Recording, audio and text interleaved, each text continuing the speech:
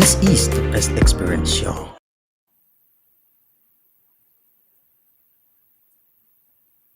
All right. Good afternoon, good evening, good morning, whatever state, whatever city, whatever country that you are listening to me from. My name is Balola Theophilus, SB for short. And you know how we do it. We don't just stay in one country or one state or one city to talk about everything that has to do with pest and pest control. It is only done on the Pest Experience Show. And on this show, we bring experts who have years of experience, months and also weeks of yearly daily activities on site and off site. And also, we have to go back into the classroom and see the activities that they are doing. But right now, right here at this moment, we have a legend, a big man, and a well experienced professor, an emeritus professor from the University of Florida. Um, it is when I've been talking to him, and I told him that it is when I want to start my career in urban entomology that he retired. Unfortunately, all right. So welcome to the Pest Experience Show, Dr. Philip Kola. Thank you very much for joining and Okay, honoring our invitation to be a guest on the show. Thank you, sir. thank you, Shofu.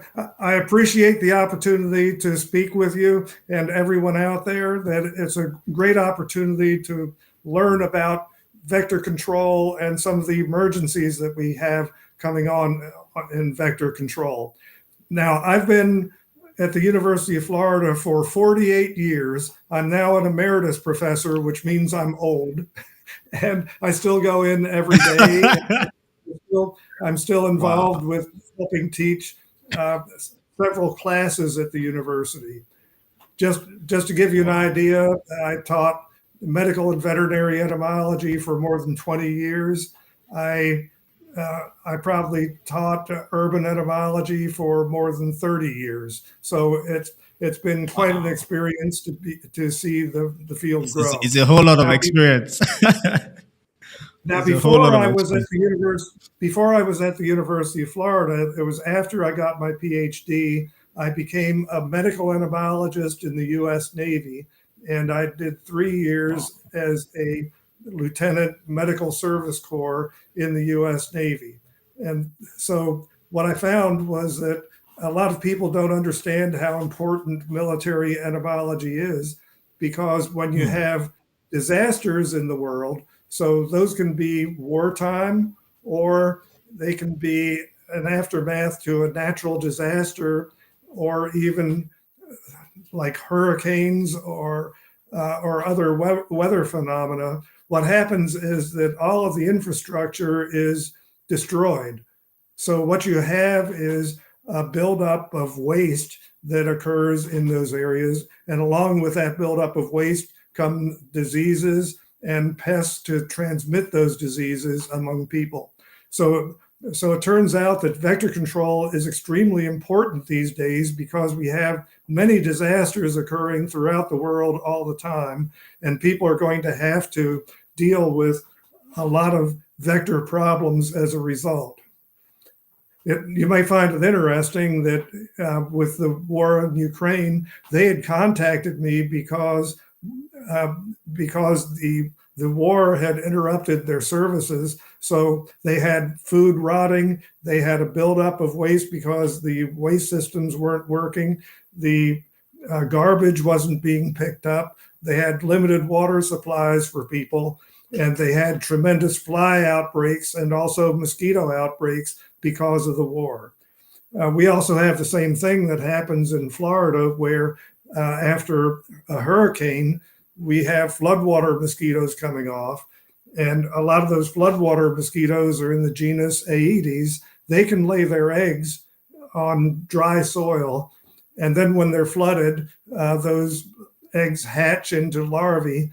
And the eggs, however, can stay viable for up to 5 years waiting for a flooding event. So when you have a large flooding event that can occur after a tremendous storm, then you end up with 5 years of mosquito production all at once. So it's very important for us to be able to deal with these vector-borne emergencies.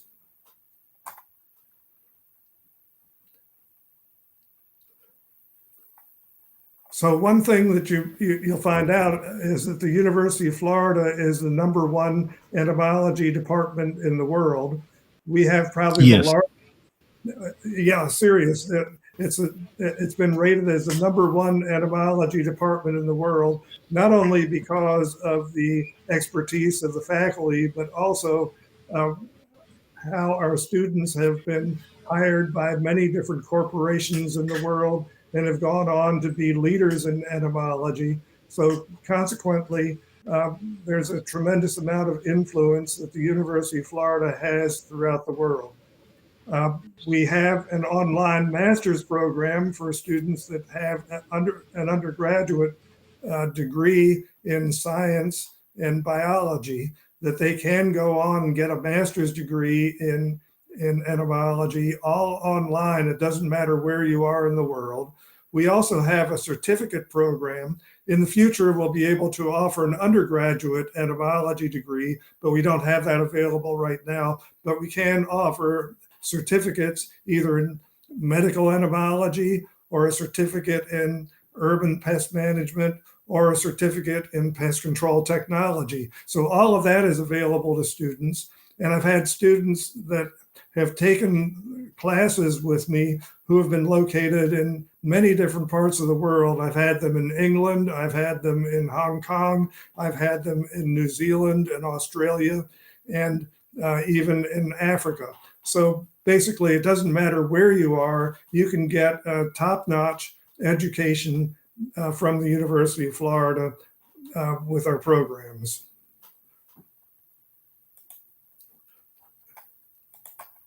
So let me tell you about vector-borne disease emergencies. And it's something that you don't think about very much, but basically I got into it a little bit because I was a military entomologist. We were dealing with vector-borne disease emergencies all the time in various parts of the world. And if you think about it, there are all kinds of emergencies going on right now. You don't have to go very far to find a vector-borne disease emergency. A vector-borne disease emergency is a sudden, unexpected, and widespread outbreak of disease.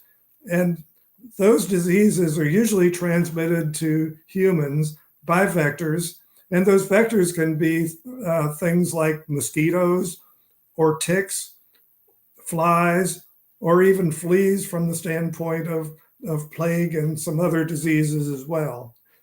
And because of that increased risk to public health, that requires a coordinated and urgent response from pest control companies, mosquito control programs, healthcare authorities, government agencies, and international organizations. So basically, when we say that it requires a coordinated and urgent response, that means that there are a lot of people that have to get along together in order to help solve the problem.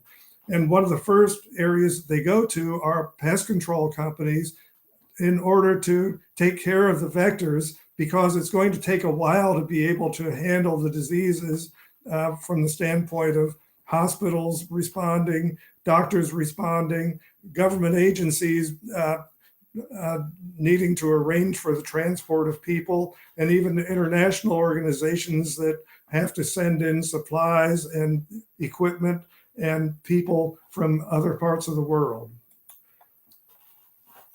To understand what a vector-borne disease, what is needed for a vector-borne disease to be transmitted, is there are three things that are needed. First of all, you have three organisms that are needed for that vector-borne disease transmission.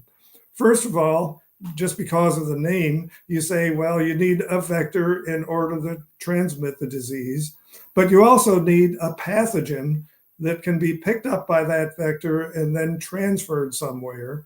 And then you finally need a host in order for that host to be receive the pathogen and come down with a disease.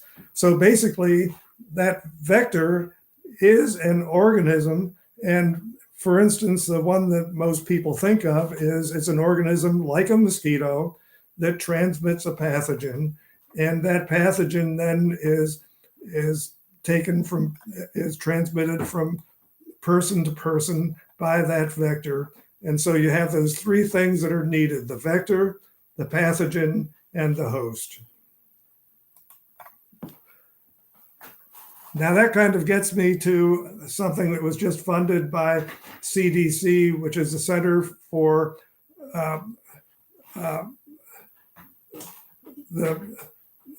and it's a part of the CDC, which is the Department of Health and Human Services and the Center for Disease Control and Prevention. They gave a grant to the city of New Orleans, and Claudia Regal is in charge of that grant. And it is to strengthen training, evaluation, and partnerships in the prevention of vector-borne diseases. So that is something that CDC has found to be very important because of some of the natural disasters that we've had in the US, that there is need for training and partnerships because it requires the coordination of a bunch of people in order to help solve the problem.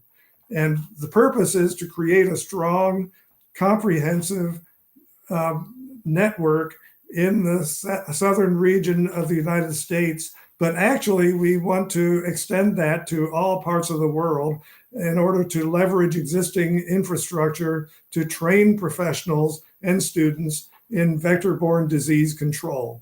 So that one of the reasons that it went to the City of New Orleans is that the City of New Orleans charges no overhead for these grants. So all of the money goes into developing the training and partnerships. Whereas if it came to the University of Florida has over 52% overhead that is charged. And so a lot of the money is going to the infrastructure at the University of Florida instead. So this program is one that you can sign up for to receive free training. And also from the standpoint of that training, you can sign up to get a newsletter and keep up to date on the ways and places where the training would occur. They're even providing travel funds for people to attend meetings. And we'll also be doing surveys on emergency vector management preparations. And also we're interested in students seeking employment after graduation. So basically information about the scientific advances on vector-borne diseases will be shared with everyone.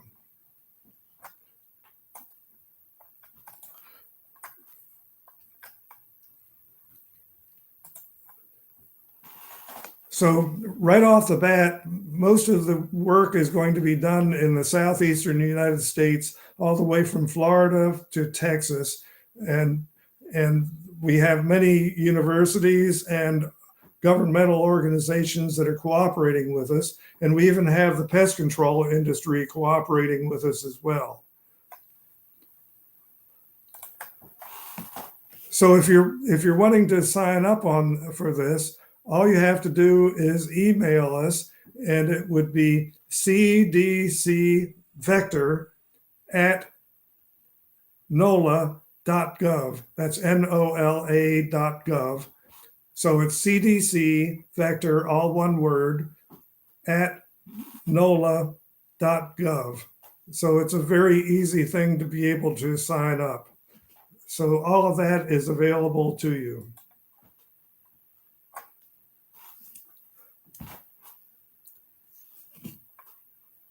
So Shofu, did you have any questions about that particular grant? I was actually going to ask a question on that grant that you just made mention of, because the email that you highlighted, I'm trying to actually get it. CDC vector, put it on the screen. So scroll on the screen. Yeah, if you want to, go ahead and share it with everyone. CDC vector, VECTOR, at NOLA.gov, NOLA.gov. CDC vector. CDC vector, at NOLA, Yes. NOLA .gov, O G-O-V, N. Sorry. CDC vector at NONA. L-L-A, N-O-L-A. Okay. Stands for New NOLA. Orleans, Louisiana. Oh, dot gov. Okay. So let me put that. This is a grant opportunity for amazing pest control operators out there, or even educators out there who are looking for grant opportunities. You can actually an Yeah, opportunity like this. if you sign up, you will get a newsletter, and you Great. can stay up to date on what's going on with these trainings and partnerships. Amazing, amazing. So I see this as a gift And for those who are as tuned I in right now. mentioned, as I mentioned, with vector-borne emergencies, what you have is a situation that requires cooperation, and we're advocating that cooperation between people that are interested in vector management. Wow. So there's really so much opportunity out there. It's just getting the quality information about the opportunity that matters. Wow. Exactly.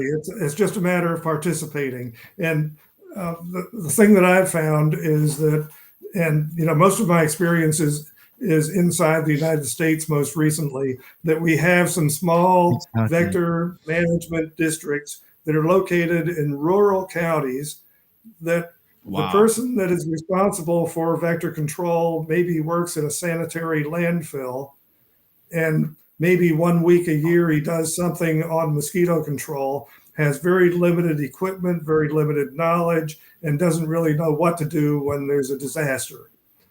Wow. So there is so much that can So it's actually be taken.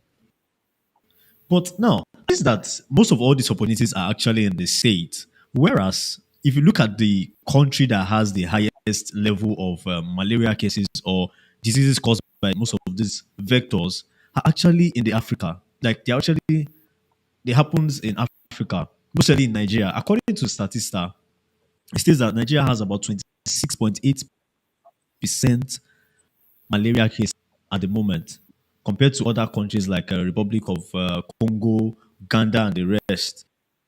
But how can we bring up all these innovations, research, opportunities, trainings to Africa, most especially Nigeria? How can we, sir? Well, for whatever reason, when I look at the president's initiative on malaria, that most of that has gone to West Africa as opposed to other parts of Africa. Now, I know you're close to Hmm. West Africa there, but you're probably Exactly. not in that group of countries that would be considered West Africa for their efforts. Yeah. So they've put a lot of effort into West Africa, and less effort into other countries uh, that are that are experiencing problems. And when you look at some of the things that are coming up for you, when you take a look at Anopheles stephensi, Exactly. that is going to be a huge That's that disaster that's for a lot of that's Africa. Anopheles stephanesis. That's actually a new research and a new species of mosquito that will be coming up. I think they discovered it in 2022 or so. Yes, and now it's now or 2020. Yes, that was when it was that they Yeah, noticed that species. Yes, so it was first can you found talk in about the it? African it was first found on the African continent at Dubai, and Wow. since then it has spread to Egypt and now down into other parts of Africa. And with the urbanization of Africa, that is a mosquito. It's not a new species. It's one that's been a problem in Asia for a long time, and one of the principal Hi. vectors of malaria in India, for instance. But basically, it is an urban Anopheles mosquito. And in the past, for instance, in Nigeria, you've dealt with Yes. malaria being a rural problem, something that occurs out around people Yes. that are located in non-developed In the areas. rural set. Yes. Whereas, Yes. whereas this particular mosquito uh, will live and breed in urban areas and cause In tremendous offices. problems there. Wow. So what we But have in this, going on yes. is that that urban population, which really hasn't been a big issue from the standpoint of getting malaria, that urban population has is now going to be exposed to Anopheles stephensi, which breeds in small containers and other areas where water is retained. But it is a great vector of Wow. malaria I and will read. transmit the to an urban population. And so they're estimating that something like 80 million more people are going to be exposed to these malaria mosquitoes that haven't been exposed to them in the past. So it's Wow. interesting I to also see read. what's happening. Hmm. I read from the research that was released. Before I really go into this, I have some amazing people that are listening on the radio. There's some people also listening on YouTube, on Facebook, on Instagram, or on LinkedIn. Also, please use the chat box. At this moment, we're talking about a new species of mosquito, Anopheles stephanensis, that was discovered in Dubai, right? And it's also come to Africa. And based on the research, it was stated that the higher the population, there is more possibility of this mosquito to actually take over easily.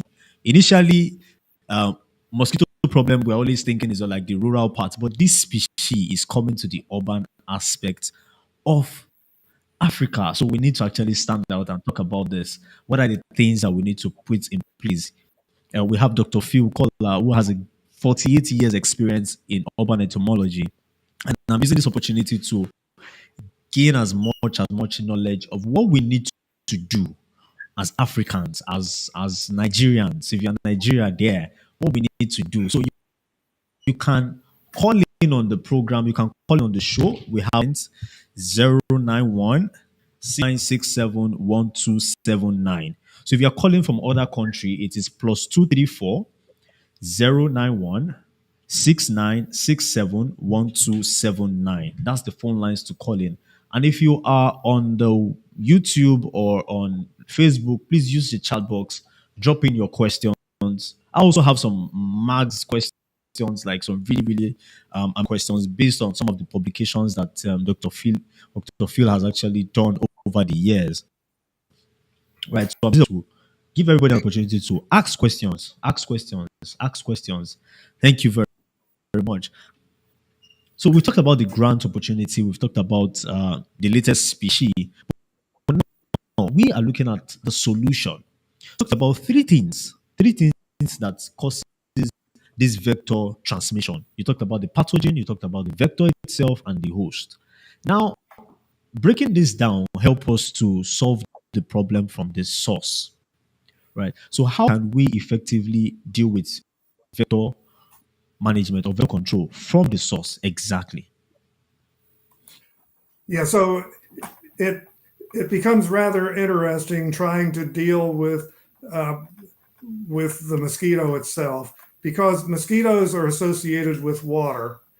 And basically, a lot of people don't think too much about mosquitoes until they have to face them.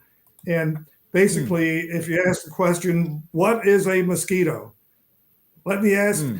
ask you, what is a mosquito, Shofu? What is mosquito? Mosquito is an insect, an arthropod insect Yeah, it's an insect. that lives in And one of the water. characteristics is that it has Yes. two wings, right? So it's in the order Diptera. Di means two, and Ptera means wings. So two Hmm. wings is an example of the order. And there are a lot of different insects, and when you think about it, they're the most diverse fauna that we have in the world. So basically, an Hmm. entomologist is not a specialist. They deal with a lot of different insects, and a lot of those insects have four wings, as opposed to the mosquito that only has two wings. And the last pair of wings is modified into a structure called a halter, which is a balancing organ. And they're like little, halter means a little club. Uh, so it would be like a billy club that vibrates as they're flying to be able to tell them what their orientation is in the air. So it's really interesting that they actually do have something that used to be a wing, but it's been modified into something that's really small, that's behind the front pair of wings. So you're dealing with a two-winged insect. Okay, so we have a comment. I'm sorry, a question rather. Okay, so I can see Sure. Mitai. He said, "Hello, everyone. This is from the radio. This is from the radio side. That's insideradio.net. We also have Mitai says Anopheles mosquitoes coming to Africa prevention. Okay, yes. The species actually Anopheles stephanesis. So you can also do your research about it. And Beam Nigeria Enterprise says, how can there be a synergy? This is a question. How can there be a synergy between developed and developing countries to have a unified approach to vector management and eradication? I am Mr. Amwefule. Okay, listening from Lagos. So the question Okay, is, how can there be a synergy? Okay, yes, you got the question. Good. yeah, let me try to address that with something that we did several years ago. And Okay. those were several programs that we had in vector management that were very interesting. And one of the things that you need to understand is that regardless of where you are in the world, mosquitoes are a huge problem, and all problems are opportunities in disguise. So basically, you can turn that into an opportunity that you can capitalize on if you understand what's going on. And I'll give an example of what we did several years ago in Greece. I know Greece is a developed country, but in many ways they are not. And from the standpoint of vector management, they were not very well prepared for what happened to them. And this kind of gives an idea about how things can come together in the end. But I'll lay it out very clearly for you, hopefully, that that in northern Greece, Greece is very close to North Africa, as a matter of fact. So it it's we were working in central Macedonia, which is northern Greece, right south of Bulgaria, and in the city of Thessaloniki. If you're familiar with the New Testament Bible, Paul uh, wrote his letters to the Thessalonians, and Thessaloniki is the city where he was referring to. Those Thessalonians live in Thessaloniki, Greece, which is where we decided to do our work. And that is a city of 2 million people that that, that has about 50,000 acres of wetland that is upwind uh, from Thessaloniki. So all of the mosquitoes that are that are developed in those wetlands are blown onto those 2 million people in Thessaloniki. And as a matter of fact, they have 50,000 hectares of rice fields and 23,000 acres of natural wetlands that are right next to the city and are a huge problem. When you drive down the roads at night, the windshields get completely splattered over with mosquitoes. And I had a student who was Greek who grew up in Thessaloniki. And so she got her PhD working on how to control mosquitoes in that particular environment. And it just so happened that her father owned an aerial spray company, but there was nothing registered in Europe that could be used for adult mosquito control. They could only apply larvicides to the rice fields and natural environments, and there was no adulticiding that was available. So we took on the task of trying to get something available to them. And as far as the rice fields, you're well aware that they require a lot of water. So they have Yes, yes. that provides that. And because her father owned an aerial spray company that was all, and most of the aerial spray that goes on in the United States now by mosquito districts and pest control companies are done with helicopters as opposed to fixed wing aircraft.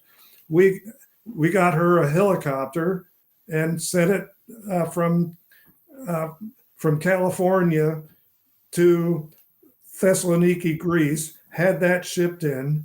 Then we had to make modifications to the helicopter, which would be to put on a real-time weather probe and then hook on an electric atomizer. And no one had ever done that before. So when the electric atomizer was turned on, the helicopter would shut off. So that had to be resolved. So there were all kinds of technical problems to resolve that. And then we also had GPS installed. And in addition, a spray fate model that was developed actually for agriculture initially. We put the spray fate model in there so that each one of the spray missions had information coming into the computer to tell the pilot where to fly in order to treat a particular area. So for instance, our spray plots were very large plots that we would deliver 1 gram of insecticide per hectare, which is a very small amount that was ULV, which means it was diluted in air. And in order to get the spray droplets into the plot from the 1 to 200 feet that the helicopter was flying above the ground, he had to fly 1 mile, in other words, about 5,000 feet offset from the plots in order to have the spray droplets get down into the mosquito flight zone at the correct place. So, and all of the spray missions were logged on the computer, and it would tell you where he was when he turned the spray on, where he was when he turned it off. And this was the first time that modern insecticide applications were done in Thessaloniki, Greece. So basically, the setup that we had was producing a droplet that was about 37 microns in size. These were water-based droplets, and the European Union had outlawed all aerial spraying, and that's what was needed to knock these flying mosquitoes out of the air. And the droplet densities were averaging about 2,800 drops per centimeter squared from the spray system. And through the spray plots, we were getting about 90% reduction of the mosquitoes with our insecticide applications in cages of mosquitoes that we put out. And we saw decreases in CDC light traps of 95% reductions from pre-spraying to post-spraying. Pre-spraying, we were getting thousands of mosquitoes overnight, and basically those mosquito populations dropped off entirely. And also we were able to show that beneficial insects were not killed. We actually put five beehives out in the middle of these sprayed plots, didn't kill any of them because the spray treatments were going on at night. So we had no natural mortality. Then what happened was that in 2008, the European Union outlawed Tamifas as a larvicide. They ended up with diflubenzuron, which was a less effective larvicide. And then they also had budget problems, so they stopped larviciding in the middle of July. And so basically the country was in a mess because they had less effective larvicides available to them. They were treating less area because of budget problems. The treatments ended too soon in the year, and no adulticides were registered for aerial use to be able to solve a problem. And they ended up with the most virulent strain of West Nile virus getting into the country at that point in time. So what they ended up with were excessive mosquito populations. They were dealing with 100 mosquitoes. These are landing rates on people. 100 mosquitoes landing on people within 15 seconds. They were getting 90,000 female mosquitoes in CDC light traps in a single night. And there, they usually would get 15 to 30,000. So basically, this was 3 times worse than normally. And then, from the standpoint of West Nile virus, in 2000, this was 2010. They had 262 clinical cases, 35 deaths, which was about over a 13% death rate. And this is in a developed country where they were supposed to be doing things. The prime minister then declared the products that we were using in our tests registered in Greece. And the timeline was this.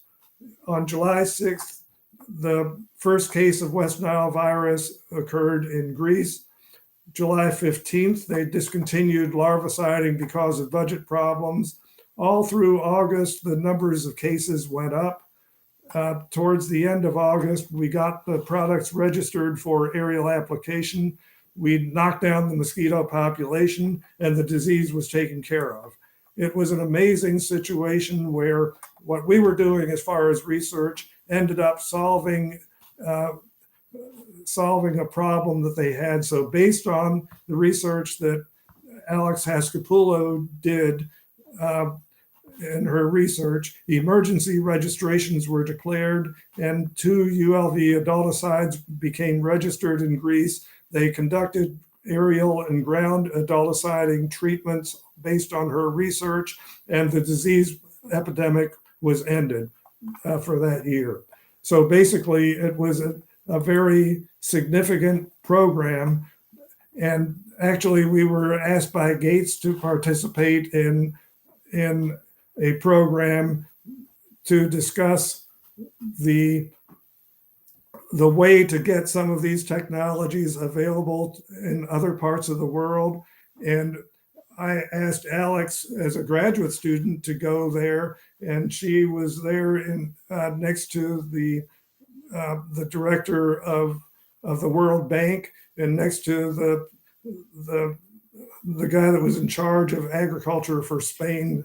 She was on a panel discussion, got all of the questions, and it was amazing that what we were able to accomplish there from the standpoint of taking care of a disease emergency. And it's probably a good example of what can be done in developing countries to be able to handle this. It was an amazing situation, and it was mostly not associated with the government itself. This was all private enterprise delivering the information to the products to the people to be able to help solve the emergency of vector-borne disease.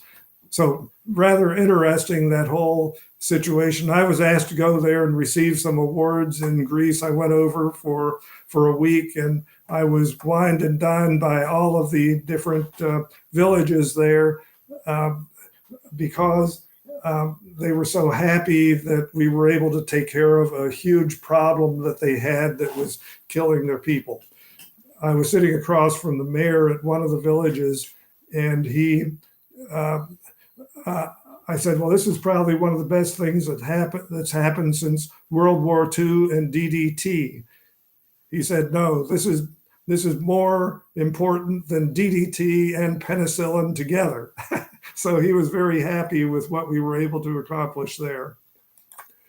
So I think that kind of gives, I don't know if I directly answered that question, but basically you have to approach mosquito control in several different ways. One way that we chose to do it in Greece was by knocking flying mosquitoes out of the air.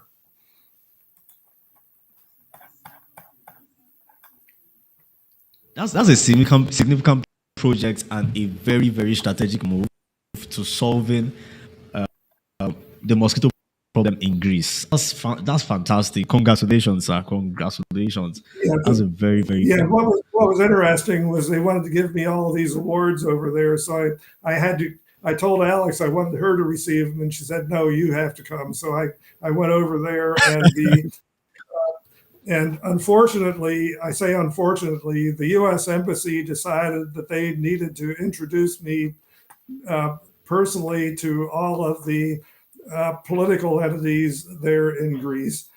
And so they had a big meeting that they organized, and they had to have bomb sniffing dogs go through because the ambassador himself wanted to introduce me personally. And they had to have, they decided that they needed simultaneous translation so that everyone would be able to understand everything. And so it was a very Wow. interesting situation there.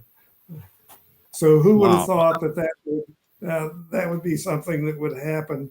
And like I said, Gates Foundation was very interested in what we were doing because they have the same Wow. issue that everyone else has, is that the regulatory agencies prevent you from getting new products on the market to control mosquitoes. So, for instance, I say 50 Exactly. years ago, I was a military entomologist, and we were putting out insecticides for mosquito control, and they're the same ones that we're using today. And we have a tremendous problem with mosquito resistance to insecticides because Resistance. we haven't Yes. been able to get products registered. Wow. Wow. So you've nailed a very strategic move to solve a mosquito problem. And that strategic move was actually based on research. First, you used this research strategy to get it to solve the problem. And again, now you not talked about aerial spraying. In Nigeria here, I know there's a little bit challenge with registering your drones and all those kind of this aspect. There was a video you published with an organization. I can't remember the organization yet, but in that video, you emphasized on the fact that pest control operators are not taking advantage of aerosol sprays to solve vector problems like mosquitoes.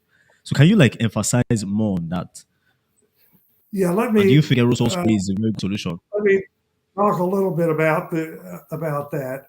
And a lot of times, the pest control industry doesn't understand all of the technologies that are available to them.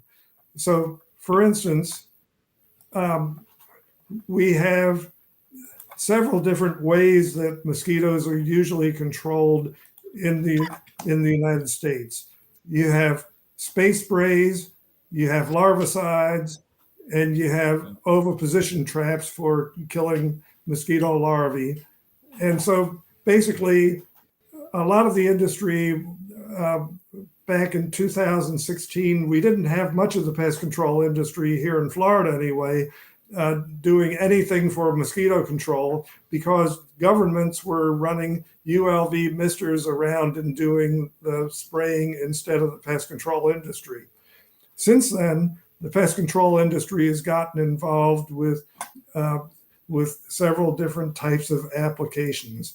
And so, for instance, if you're wanting to knock mosquitoes out of the air, you use something like a ULV or thermal space spray, and those are putting Yes. out small droplets of insecticide that impinge on the mosquito, usually their wings first, and then secondarily to their body. Uh, and then that kills the mosquito, paralyzes it, it falls out of the air and dies. And so that's the way that you knock a flying mosquito out of the air. Then there are residual mistblower, usually mistblower treatments that are put on vegetation. And if you think about it, mosquitoes don't fly all the time. They have only a limited amount of energy that they can use for flight. So they will spend a lot of their time resting either on the sides of structures, inside structures, or uh, Yeah. or on surfaces of plants and on the undersides of leaves. So basically, the mist blower is going to put out a residual insecticide that impinges on the leaves of plants or on a structure. And when the mosquitoes land to rest, they pick up that insecticide and then die. And then larvicides can be applied to kill the larvae before the mosquitoes can come off as adults. And there are a wide variety of products that are available. So, for instance, let me go through some of the larvicides. One of the most common ones are things like BTI, which is Bacillus thuringiensis israeliensis, that is a microbial that is eaten by the larvae and then kills them. There's also Bacillus spiricus, which also is a microbial, and spinosad is a more recent larvicide that's available. And in the United States, and to a lesser extent in other parts of the world, we have insect growth regulators that can be put out, like methoprene or pyroproxyfen, which is something that is Sumalarv is one of those things that's sold throughout the world that can be applied for mosquito larva control. There's also Novaluron that's available as an insect growth regulator. So think about putting those out in areas where mosquitoes breed or are going to breed. There are formulations like briquettes that can be put in places that are going to flood so that they're released whenever they're inundated with water. Now, Wow. some of the mosquito adulticides that are available are either as space sprays or residual sprays. The purpose is completely different for residual spray than a space spray. A residual spray is usually put down with like a backpack mist blower, and that is to put out a very coarse droplet that is going to wet the undersurfaces of leaves. There also, and that contrasts with the ULV fogger or thermal fogger that would be applying a mist to the air to contact mosquitoes that are flying. And of course, the residual spray is put out to mosquito resting surfaces where the space spray is applied to open air where mosquitoes are flying. The residual spray provides long-term control. Space spray is just a short-term control that provides immediate knockdown of the mosquitoes, but it doesn't stay in the air very long. Those are small droplets. They eventually settle out or are blown away. And so consequently, any mosquitoes that fly into that area or emerge later are not going to be controlled. For residual sprays, the timing of the application is not significant, but for space sprays, those should be applied when the mosquitoes are flying, usually in the evening or morning hours is when most of the mosquitoes would be flying and would be controlled with space sprays. So the way that you use those two different products is completely different, and the purpose for using them is completely different. Wow. Wow. Somebody just said something now. The person dropped the comment and said Dr. Philip is well knowledgeable in pest control. Maybe he does not know you. Dr. Philip Dr. Philip has over 48 years experience, 50 years ago. So you should know that you're talking to a legend. And Well, most of the you people made out there probably aren't as old as I've been a professor at the university.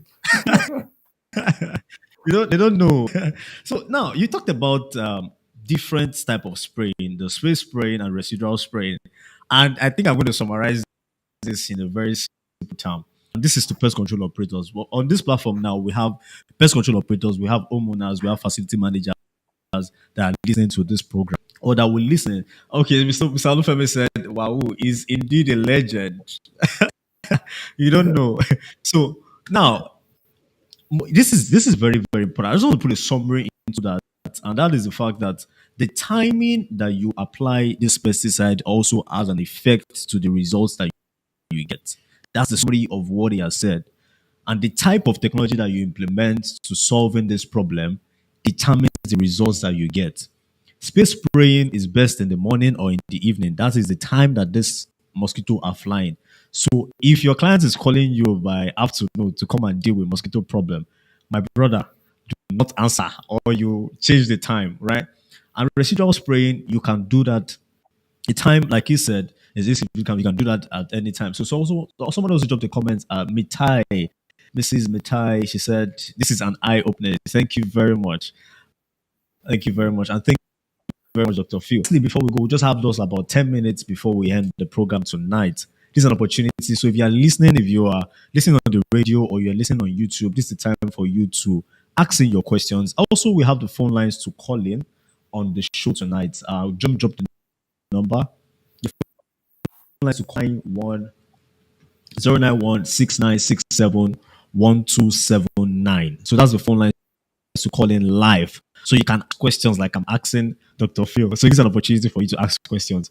Right. So now before we go, we have just 10 more minutes before we go. I want to ask a question. What are the things that pest control operators need to prepare for 2024? 2024 is going to be is based on strategic and innovation. What do we, as pest control operators, what should we be looking at? And also, lastly, before you answer that question, um, there is a, well, let's say there's a degradation or there is a, what's the grammar I'm going to use? There's a low turnout of entomologists, you know, now. We only have just full urban entomologists out there. You are retired now, and I'm actually very, very sad because this is the time I want to start my career, but how then do you, what are your recommendations to field operators out there? What are your, should they, I mean, I think there's a lot of gap in the industry. So we need to look beyond just the service aspect, but the research aspect, the innovation aspect is also there. So I want you to give us recommendations and also advice. Then what our public global prediction for 2024?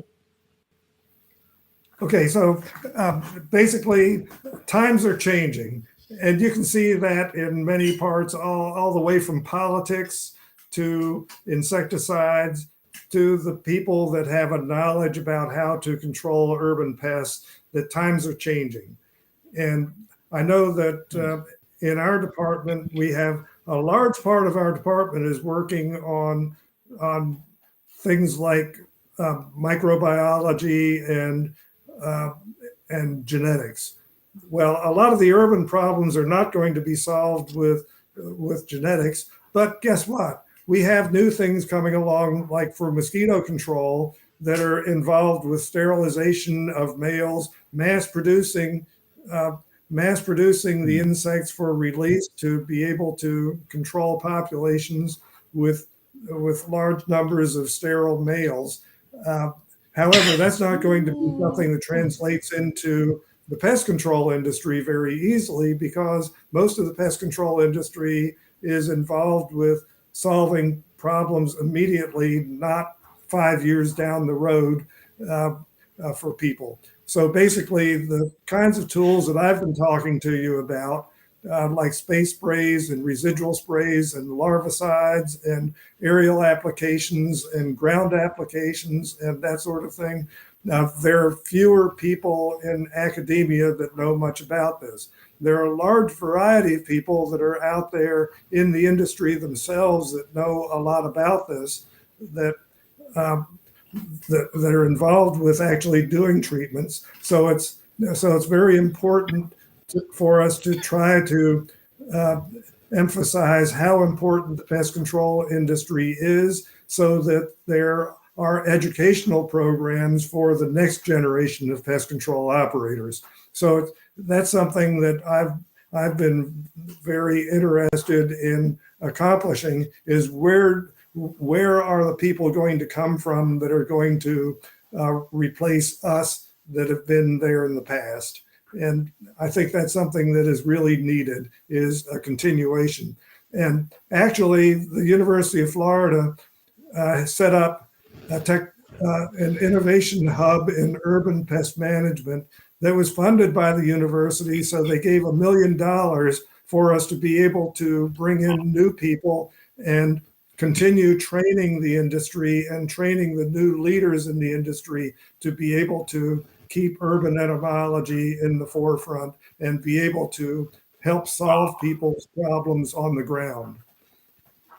Wow, that's amazing. That's amazing. In fact, I also read that Texas A&M got about 88.7 million, I mean billion dollars from DC to expand urban entomology.